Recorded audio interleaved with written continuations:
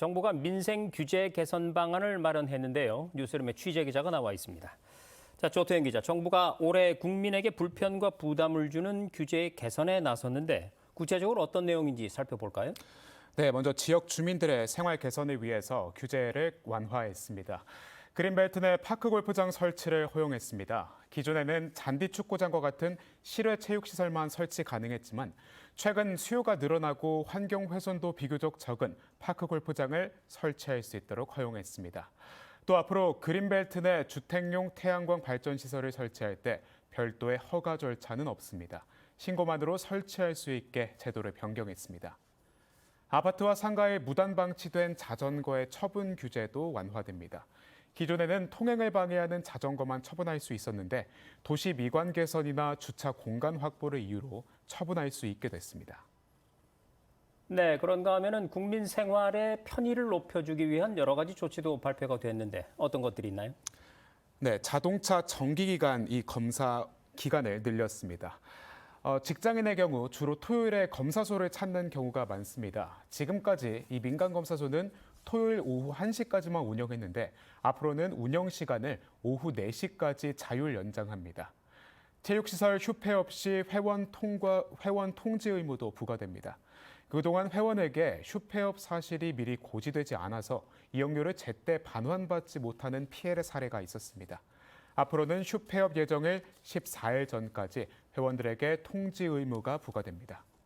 또 난자와 정자를 채취하거나 동결할 때 배우자 동의 요건이 삭제됩니다. 이는 부부 간 의견 대립이나 배우자의 부재로 적기를 놓치는 문제를 방지하기 위함입니다. 네, 그리고 우리 사회 사회적 약자들을 위한 제도 개선안들도 마련이 됐다고 들었는데 이 부분도 짚어볼까요? 네, 장애인 이동권 보장, 보훈의료 대상자의 의료 접근성 제고를 위한 방안들이 나왔습니다. 관련해서 최상목 대통령 권한대행의 발언 들어보시죠. 장애인용 승강기 설치 관련 건축법령상 규제를 완화하여 소규모 건축물에 더 많이 설치되도록 유도하겠습니다. 보훈의료 대상자의 의료 접근성을 개선하기 위하여 일반 병원 이용 시에도 치매 치료 비용을 지원하겠습니다. 네, 정부는 장애인 등록 시 관할 주민센터에 여러 차례 방문하는 번거로움을 덜기 위해 온라인 장애심사 등록 서비스를 지원할 계획입니다. 치매 치료비가 필요한 보훈 대상자의 경우 그동안 보훈병원과 위탁병원에서만 지원받을 수 있었는데 앞으로는 일반 병원에서 받을 수 있도록 개선합니다. 고령자의 운전면허 반납 절차도 간소화합니다. 그동안 고령자가 운전면허를 자진 반납할 때는 운전경력 증명서 발급이 필요했습니다.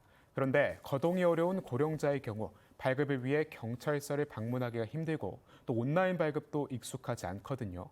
이에 정부는 운전경력 증명서 발급 없이도 반납이 가능하도록 만들었습니다. 네, 마지막으로 요즘에 반려동물 키우는 가구 참 많이 늘었는데요. 이 부분과 관련해서도 여러 가지가 개선이 된다고요? 네, 그렇습니다. 우선 이 반려견 등록 방식을 확대하기로 했습니다. 기존 칩 이식과 목걸이 방식 외에도 안면 인식과 같은 생체 인식 기술을 활용할 계획입니다. 이를 통해 반려동물 등록률을 높이고 관리 기반을 강화해서 불법 유기를 방지하는 것이 목표입니다.